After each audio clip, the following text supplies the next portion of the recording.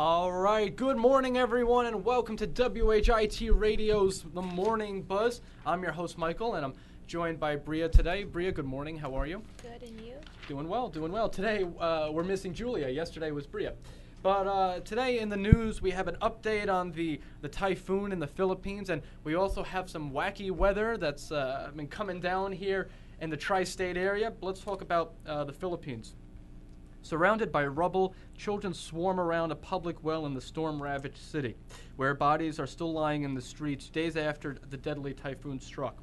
The children douse themselves with water and fill plastic cups and jugs. Even though we're not sure that it's clean and safe, Roselda Sampat said, we still drink it because we need to survive.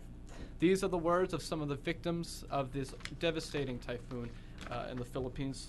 The scenes on the street in the city of Tacloban is one of many CNN reporters and others have witnessed as residents deal with the death and destruction that Typhoon Haiyan left behind with which tore through the Philippines, this massive storm.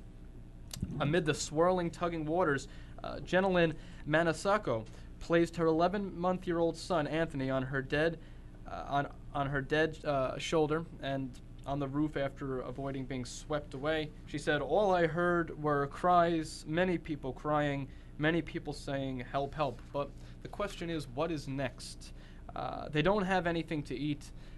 The residents of Guian have waited for days for relief. The town of 50,000, the first to be hit by the typhoon, is a scene of utter devastation. Everything's gone, one resident told us, who traveled to town on the Philippines Air Force C-130. Philippine Congressman Martin Romualdez was holed up in a house as Haiyan's winds screamed around it, hurling debris at speeds rivaling those of race cars. It was mad, it was so loud, and when you look outside, you couldn't see a thing, he told CNN reporters Anderson Cooper. So it's honestly, the scene is just as devastating and tragic days after the event as it was when it happened. It really is an awful place right now. I feel bad for the kids mostly. No, so many children were affected by this. So many families were torn apart. Literally, mothers and fathers could not hold on to their children, which is an awful image, but it is a real one. It's a very real one when it comes to what happened here. I know, like I said, the Red Cross is over there, and we do have some personnel on the ground there trying to help out, but there is only so much you can do. This is such a devastating storm. It is nearly impossible to totally fix what has been broken. And as you well know, probably the Philippines is a kind of archipelago, or whatever they call it, where there's a lot of islands. So some are outlying islands, and we do not know the devastation on those outlying islands. The latest body count is over 10,000 people. Oh my. And all kinds of health problems are on the horizon if you know, they can't get water or food or help. I mean, you're talking about dysentery, you're talking about all kinds of contamination, and it's really a horrific scene. No, it really is. You never like to see something like this happen, and this is just one of those things that can't be avoided. Right. This is not an act of man. This is an act of nature. And unfortunately, when you're in the path of nature's fury, it tends to be devastating. I mean, the only thing you can do is prepare after something like this happens, but even so, you never truly and totally are guarded against nature's devastation. And if you look where the Philippines are, they're in a kind of what we call Hurricane Alley. I mean, they get a lot of storms and earthquakes even during the year. Nothing to this magnitude, but they're in a really location that is just ripe for storms. I was reading this was one of the strongest storms in history. Right. Recorded That's what history. They're saying. So this is It's since Katrina, right?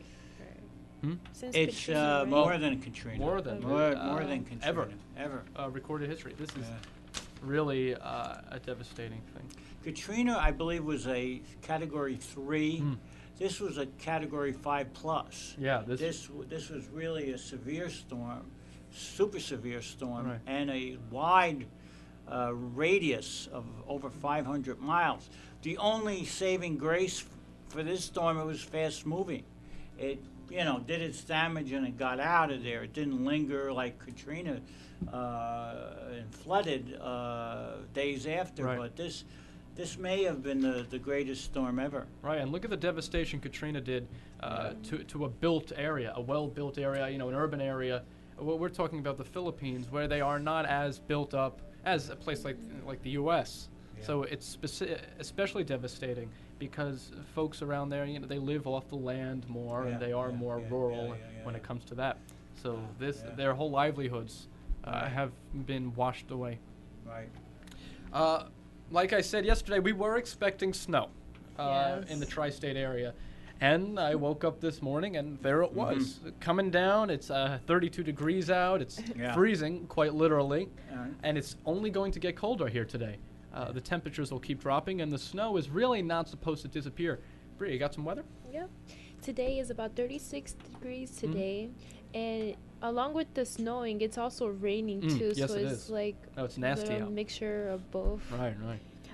Tomorrow will be 32 degrees. It's just gonna drop. Wow. Thursday will be 41 degrees. Okay, we're creeping up. We have some sunshine. It says we have a little bit of sunshine, a little bit cloudiness. Friday will be 50 degrees. Okay. A lot of sunshine. There we go. And the weekend we have 57 degrees. And that's about the same thing. It's gonna be the same, like 50s and the 50s. All for the right, weekend. there we go. So as the week progresses and just in time for the weekend, we will have some nice weather rolling in, which is always a nice thing because you never like waking up in the morning and walking outside when it's not even all snow. It's that kind of rainy. That's never nice. That kind of lugubrious weather. You really never enjoy that. But this is, I believe, the first snowfall of the season. In November is the first, I think. Right? Yeah, November. Like I said yesterday, it wasn't. And we had one a couple years ago in October. Yes, we did. That was really wacky, and we got a lot too, and it stuck. Damaged the trees pretty badly, but But this seems like it's not going to stick. I don't know what it's doing outside right now. I can't see that, but while I was coming in here, it seemed to have stopped. It took a break, but I did read reports that it was to continue throughout the day as the temperatures dropped. All I know is that it's freezing and it's just warm because everybody's getting sick. Yeah, everyone's going to get sick now. The ground is warm. That's the saving grace again. Yes, here, yes. A month from now, that may be sticking. Right. So. No, but Bria, everyone's going to get sick from this because we just had a past weekend which was relatively mild. It was, I believe, it got up to 60s at one point. All right, you go into yesterday. Yesterday, I believe it got up to 57-ish as the night went on, and then it started to drop. You walk out this morning, you don't expect freezing weather. You're still dressed for those 60-degree temperatures, and unfortunately, that's the mistake that everyone makes, and they pay for it because you get the coughing and the sneezing and the common cold. Yeah. Well, it's still a controversy whether you can catch a cold from variations in temperature. I don't know if that's.